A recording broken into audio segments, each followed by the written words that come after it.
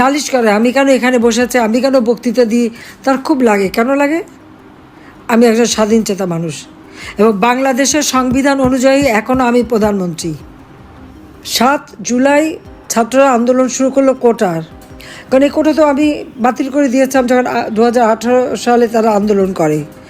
High court একটা রায় দিয়েছে, সঙ্গে সঙ্গে সরকারের পক্ষ থেকে, আমাদের পক্ষ থেকে আমরা হাইকোর্টে সেটা আপিল করে স্থগিত করে দিই।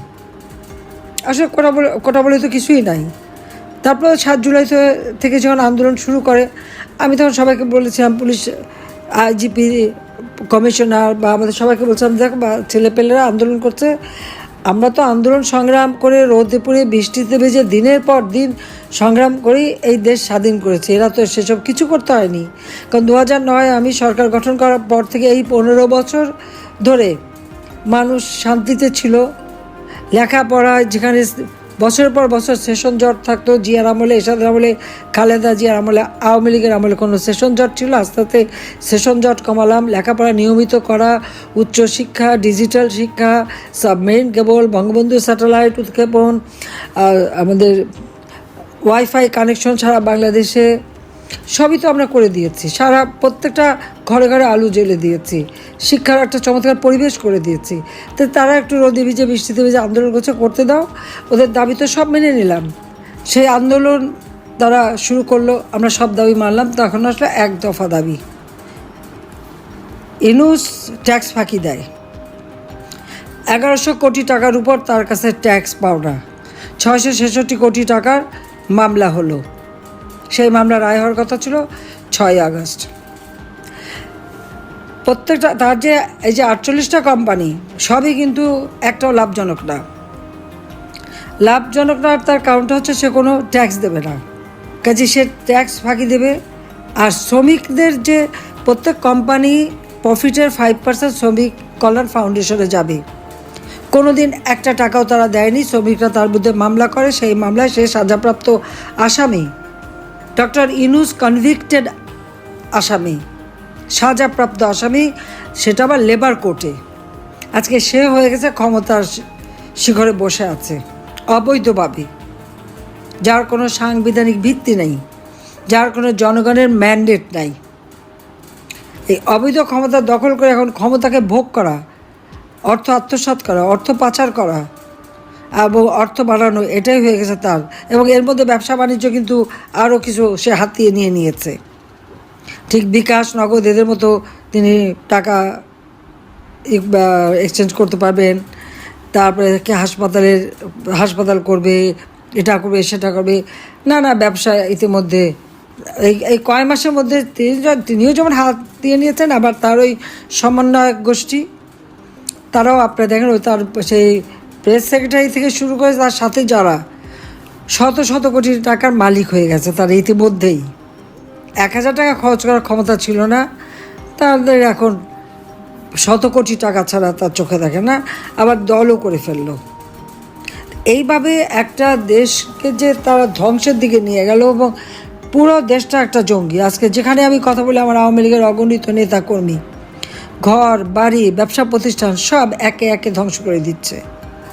সবথেকে দুঃখের বিষয়, 32 নম্বরে বঙ্গবন্ধু ভবন, যে ভবন থেকে জাতির পিতা স্বাধীনতার ঘোষণা দিলেন, রাষ্ট্রপতি হিসেবে তিনি কিন্তু কোনো বড় জায়গায় থাকেন নাই, ওই ছোট বাড়িটাই থাকতেন। কারণ এই বাড়িটা আমার মা নিজের হাতে তৈরি করেছিলেন। মাত্র 2টো কামরা করে আমাদের নিয়ে এসে ওঠেন, একটা একটা করে প্রত্যেকটা ইট মা নিজের হাতে পানিতে ভেজাতেন, কাতনি দিয়ে গেলে নিজে হাতে পানি দিতেন লেবার খরচ কমাতে।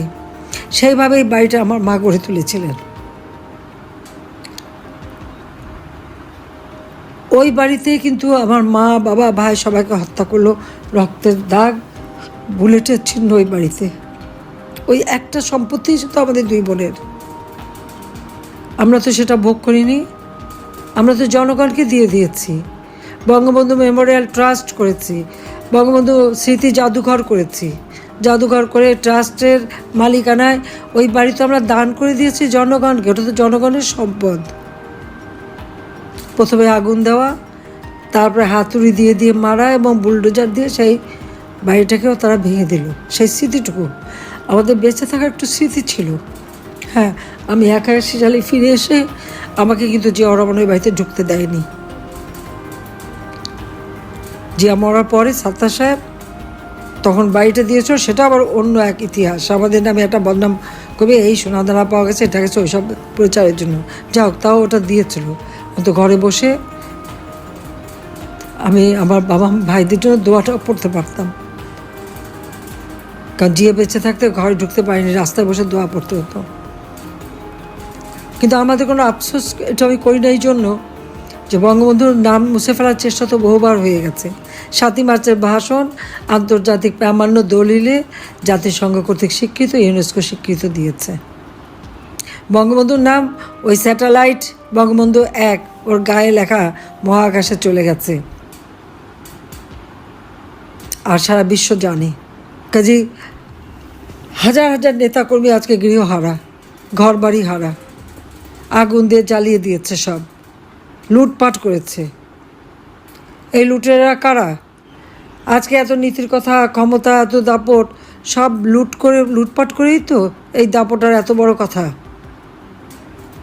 তো লুটেরাদের রাজত্ব চলছে, এবং ইউনূস হলো সেই লুটেরাদের সর্দার। আওয়ামী লীগের যে কয়েক হাজার নেতা কর্মীকে হত্যা করেছে, শুধু নেতা শুধু না, তার পরিবার সহ। ছেলেকে পায়নি, মাকে নামাজ পড়া অবস্থায় মার মাথায় আঘাত করে মাকে মেরেছে, মা চাচি একসাথে থেকে তাদের পুড়িয়ে মেরেছে, বাবাকে ধরে মেরেছে, অসুস্থ বাবার গায়ে হাত তুলেছে, অপমান করেছে। আওয়ামী লীগের নেতাকর্মীরা 32 সময় পুল দিতে গেছে, এমনভাবে তাদের বেজ্জুতি করেছে এবং অত্যাচার করেছে যে পরবর্তী তাদের মৃত্যুবরণ করেছে। এই কারাগারে, বগুড়া কারাগার, সব কারাগারই তো প্রায় 11 জন তারা জেল হত্যা করেছে। আর এমন কালকে আমি কয়দিন সমস্ত জেলা যেখানে যেখানে কথা বলছি, একই চিত্র। আওয়ামী লীগের নেতাকর্মীদের ঘর বাড়ি জ্বালানো প্রাণ, সকলের বিরুদ্ধে মামলা, আর হত্যা মামলার তো সীমাই নাই। ডক্টর ইউনূস আমার বিরুদ্ধে 288টা মামলা দিয়েছে, এবং গোটা আওয়ামী লীগের যত নেতাকর্মী, আমাদের 14 দলীয় নেতাকর্মী মিলিয়ে না হলেও 60 থেকে 70 হাজার মামলা সে দিয়েছে। এবং এজাহারভুক্ত আসামি, আর তার সাথে যদি আমরা অজ্ঞাতনামা ধরি, না হলে 5 লাখ লোকের আসামি করেছে।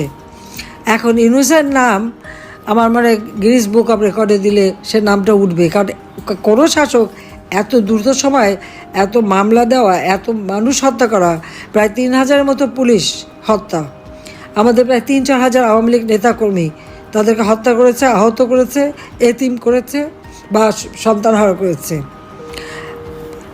সংখ্যালঘু সম্প্রদায় সবথেকে বেশ, তাদের উপরে অত্যাচার, হিন্দুদের বাড়ি বাড়ি যে আক্রমণ, মেয়েদেরকে রেপ করা, তাদের বাড়িঘর থেকে লুটপাট করা এবং আগুন দিয়ে পুড়িয়ে দেওয়া, খ্রিস্টানদের মন্দিরগুলি ভেঙে দেওয়া, খ্রিস্টানদের গির্জা 11টা গির্জা তারা আক্রমণ করে ভেঙে দিয়েছে, বুদ্ধিস্টদের মঠ ভেঙে দিয়েছে, আগুন দিয়েছে এবং তাদের উপরে হামলা।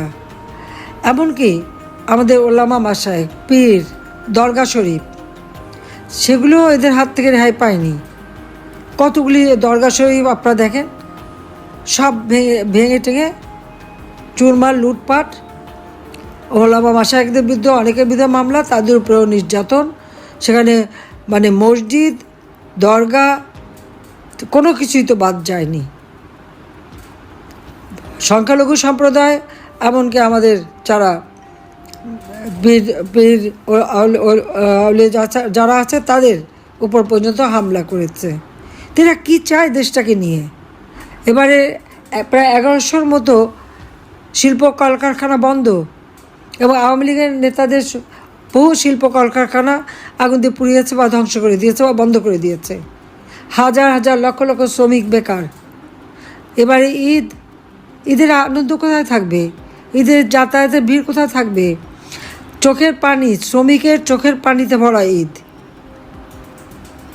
দিনমজুর যা কামাই করতো আওয়ামী লীগের আমলে, অন্তত তারা 3 বেলা খাবার কিনতে পারতো, থাকার জায়গা পেতো, কিছু টাকা থাকতো। আর এখন একবেলাও খাবার জোটাতে পারে না। সারের দাম, সেচের পানি কৃষক পায় না, বীজ পায় না। আমরা যে সমস্ত ভর্তুকি যা যা দিয়েছি সব বন্ধ। বয়স্ক ভাতা, বিধবা ভাতা, প্রতিবন্ধী ভাতা সব বন্ধ। এসব টাকাগুলি গেল কোথায়?